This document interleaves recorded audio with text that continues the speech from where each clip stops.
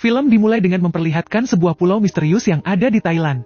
Karena tak berpenghuni dan bukan jalur pelayaran, maka siapapun yang terjebak dipastikan takkan selamat, seperti tubuh wanita ini yang tergeletak begitu saja.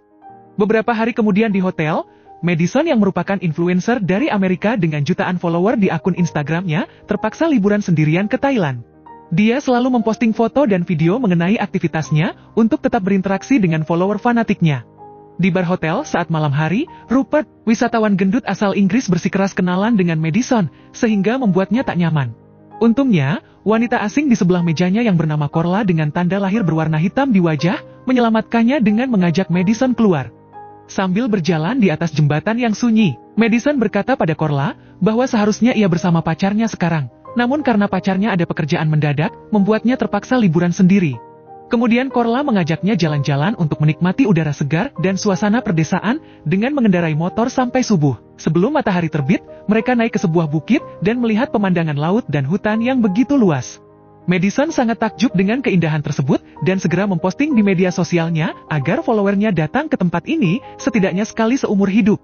Keduanya tak berhenti sampai di situ. Corla mengajak Madison ke kebun binatang dan berkeliling ke tempat unik lainnya sampai makan malam bersama di sebuah restoran.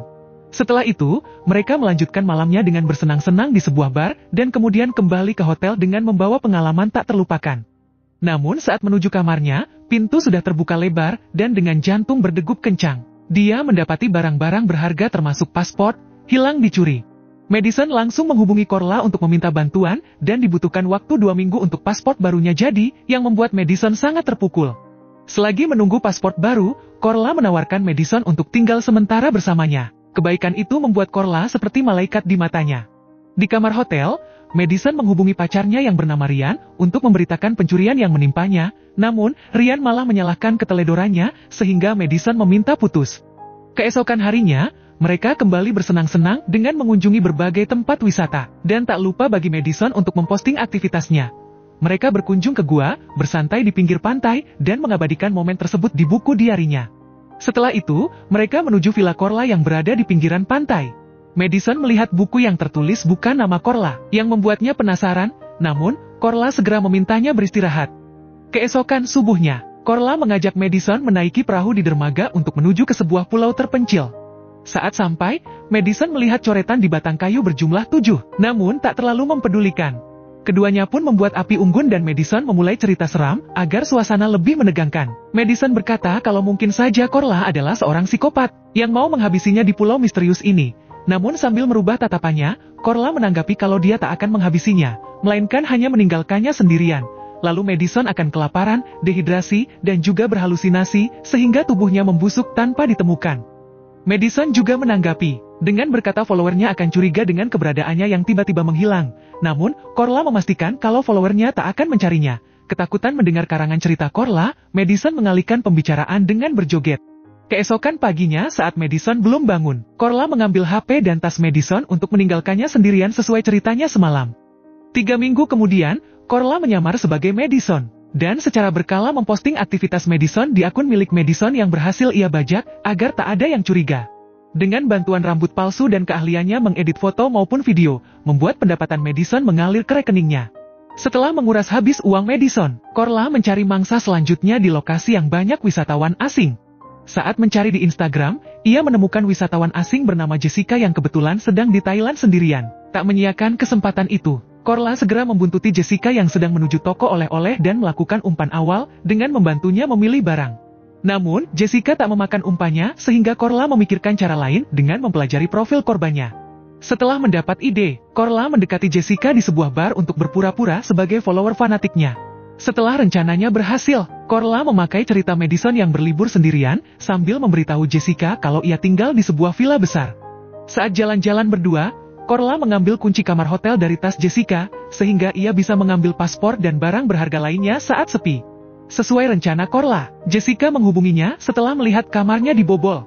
Sebelum Jessica dijebak ke pulau yang sama dengan Madison, Corla membawanya ke villa besarnya. Namun keduanya terkejut, manakala ada bunga mawar bertaburan ke arah meja makan yang dibuat oleh Ryan. Saat semuanya bingung, Ryan menjelaskan kalau ia datang ke sini untuk meminta maaf pada Madison. Sementara Corla yang mengaku sebagai sahabat Madison, berkata kalau Madison sedang pergi keluar kota. Karena rencananya berantakan, Korla menelpon Rian menggunakan suara kecerdasan buatan yang mirip Madison. Rian diminta untuk segera pulang dan tak menghubungi Madison lagi. Namun, Rian bersikeras untuk membahasnya saat bertemu langsung karena sudah jauh-jauh datang. Setelah itu, ketiganya pergi ke pantai untuk mengisi waktu. Saat Korla sibuk memesan minuman, Rian bercerita pada Jessica bahwa Madison berubah sejak kamar hotelnya dibobol pencuri. Mendengar hal itu, membuat Jessica curiga dengan Korla. Saat Jessica dan Rian mulai akrab di sebuah bukit, Korla selalu memotong obrolan mereka agar tak ada yang mencurigainya. Jessica yang mau membantu Madison, mengirimkan pesan ke Instagram Madison yang berisi kalau ia tahu pelaku yang membobol kamarnya. Korla yang menguasai akun Madison pun terkejut melihat pesan itu. Dan kemudian Jessica didapati sudah pulang duluan. Korla segera menyusulnya dan meminta supir taksi yang sedang menunggu Jessica untuk pergi. Jessica yang sudah mengemas barang-barangnya di koper, langsung dihalangi oleh Korla. Karena kesabarannya sudah habis, Jessica menuduh Korla ingin melakukan hal yang sama seperti yang dilakukannya terhadap Madison, sambil menertawakan tanda lahirnya. Tersinggung dengan kata-katanya, Korla menghantamkan kepala Jessica ke tembok dan menghabisinya dengan sepatunya. Setelah itu, Korla memasukkan tubuh Jessica dengan rapat ke dalam koper, dan berusaha menghilangkan noda darah sebelum Rian kembali. Tak lama kemudian, Rian kembali dengan membawa beberapa teman barunya. Namun, Korla memaksa agar Rian menyuruh teman-temannya pulang dengan alasan sudah larut malam. Saat Rian tertidur, Korla mengambil pisau di dapur dan perlahan-lahan naik tangga menuju kamar Rian. Namun, aksinya terhenti manakala muncul notifikasi di HP-nya, yang menampilkan fotonya pada postingan Instagram terbaru Rian.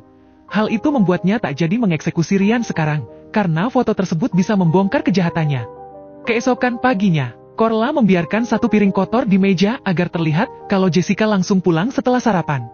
Rian melihat postingan terbaru Madison, yang menunjukkan seolah Madison sudah berpacaran dengan pria lain, yang membuat Rian terbakar cemburu.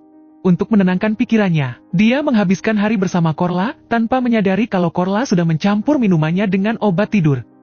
Setelah obat itu bereaksi, Korla membawa Rian pulang, dan melepaskan pakaiannya.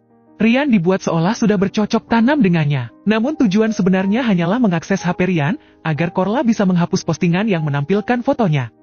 Keesokan paginya, Korla mengecupnya dan Rian melihat balon pelindung di lantai serta tak memakai busana. Dalam suasana canggung, Rian memutuskan pergi dari villa itu, sehingga Korla mengantarnya ke pelabuhan. Setelah kembali ke villa, Korla membakar barang-barang dan juga paspor untuk menghilangkan apapun yang berhubungan dengan Madison, sambil tersenyum jahat saat membaca buku diari Madison. Sementara itu, Rian memutuskan ke hotel tempat Madison memposting aktivitas terbarunya. Rian berpikir kalau Madison masih mencintainya, karena Madison masih memposting foto yang merupakan awal kencan keduanya. Setelah masuk ke lobi hotel, Rian bertanya pada resepsionis, apakah Madison masih di sini? Namun, resepsionis tak mengenali Madison yang membuatnya sangat terpukul. Rian merenung di bar hotel, dan Rupert yang masih menginap di hotel itu menghampirinya. Walau sudah putus asa, Rian menanyakan apakah Rupert mengenali Madison, yang kamarnya pernah dibobol. Untungnya Rupert masih mengingat, dan mengatakan kalau Madison pergi dengan wanita yang memiliki tanda lahir di wajah, dan tak pernah kembali lagi ke hotel ini. Saat Rian menunjukkan foto terbaru Madison dengan pria lain, Rupert merasa aneh karena tidak ada awan di langit sementara daerah ini sudah masuk musim hujan sejak 1 minggu yang lalu. Kemudian Rian menghubungi sahabat kental Madison yang bernama Jay, untuk menanyakan kapan terakhir kali keduanya melakukan video call. Tanpa diduga, Jay sudah lama tak berkomunikasi dengan Madison dan juga merasa kalau postingan Madison sudah berbeda.